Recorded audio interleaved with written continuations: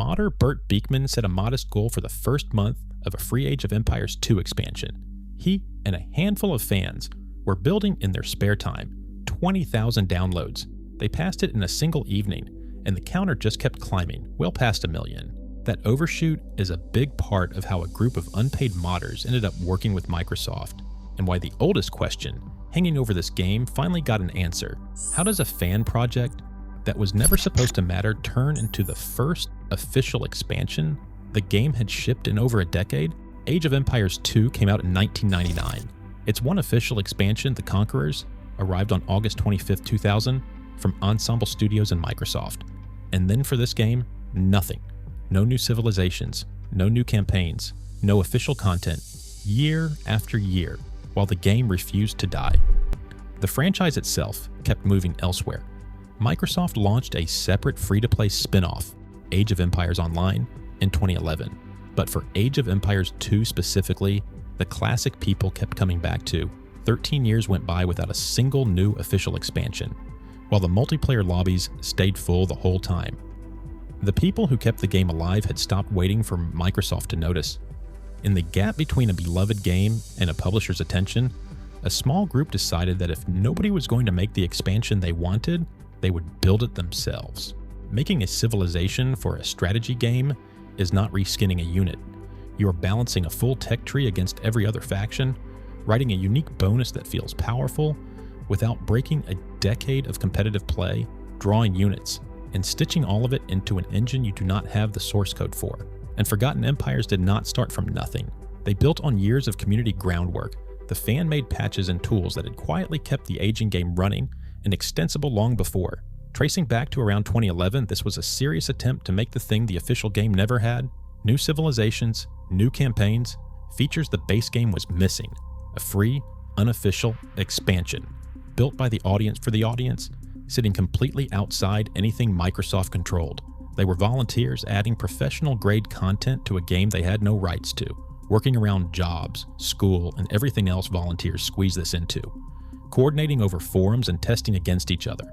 No company, no contract, just the work, and a hope that some real number of people out there still cared. They released it to the community on December 28, 2012. What happened next is the beat the whole story turns on. The projection had been 20,000 downloads in the first month. That was the ceiling of what they thought this was worth.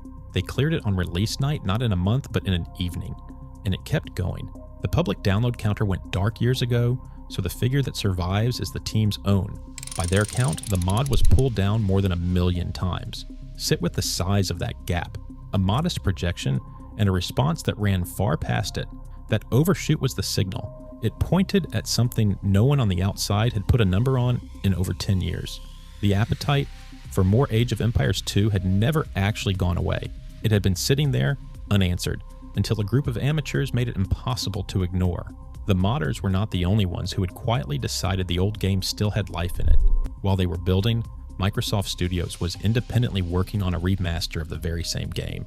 Age of Empires 2, HD Edition, developed by Hidden Path Entertainment, shipped on Steam on April 9, 2013, a cleaned-up re-release of the 1999 classic with modern online features, sold on a modern storefront.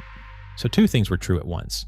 On one side, a company reviving its old game as a polished product. On the other, a community that had already built exactly the kind of new content that product did not include, and had the download numbers to argue. People wanted it.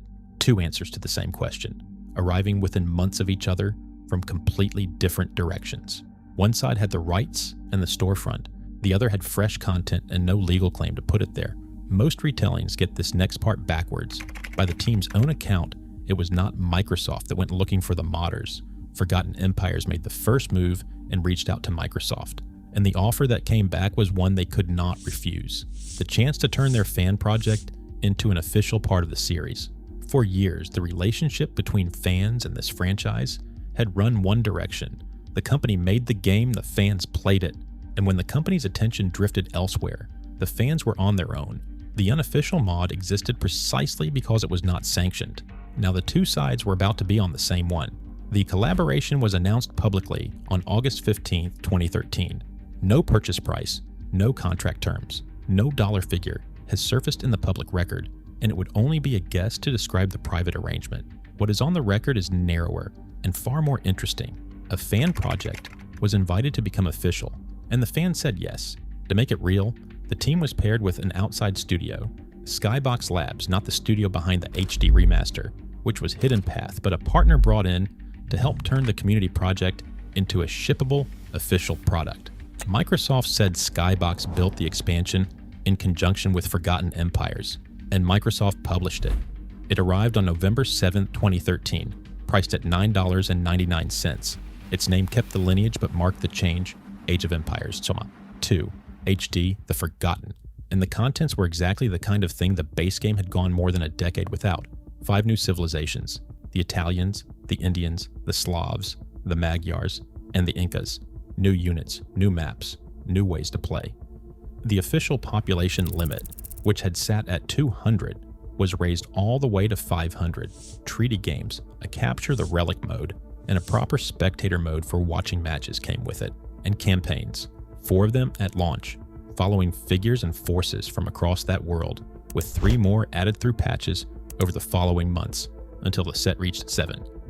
Steam's own store copy said the quiet part out loud. It billed The Forgotten as the first new official expansion for the game in over 10 years. A community mod, reworked with a partner studio and stamped official, had ended a drought that had lasted longer than some of the players buying it had been alive.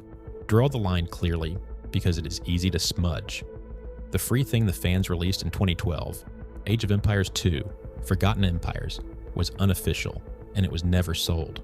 The paid thing that shipped in 2013, Age of Empires 2, HD, The Forgotten, was the official expansion reworked out of it. New production, rights cleared, a partner studio, and content added on top. Same DNA, 2 different objects. The mod was the seed, The Forgotten was the crop. For most fan stories, that is the ending. Your work gets recognized, you get a credit, you go back to your life. This one kept going. The modding group formalized into a studio in 2013, Forgotten Empires, with Burt Beekman and Ryan Shepard among the people at its core. On the shipped 2013 expansion, the credits put Beekman on lead design and management, Shepard among those on the business side, and Marius Beck among those on the AI. From there, the studio did not stay a one expansion novelty. Forgotten Empires went on to co-develop the later Age of Empires 2 expansions, and eventually, the definitive editions, the modern remasters that are, for a lot of players today, simply how these games exist now. The Outsiders did not just get let in for one job. A studio that grew out of a community modding project has been helping shape the series ever since. It would be easy to inflate this into a bigger story than it actually was. The mod did not single-handedly save Age of Empires, and it did not resurrect a franchise on its own.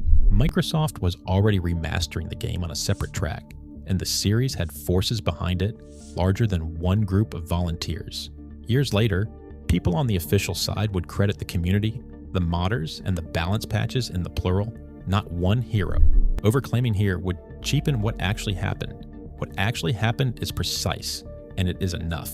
A free expansion made by fans who aimed at 20,000 downloads in a month cleared that in an evening and kept climbing past 1 million. It measured a demand no one had counted in over a decade. Reworked and paid, it became the first official Age of Empires 2 expansion since 2000, and it turned a handful of unpaid modders into a studio that is still, years on, in the credits of these games. The players did not wait for the game to come back. They built the case for it, and then they helped build the thing itself.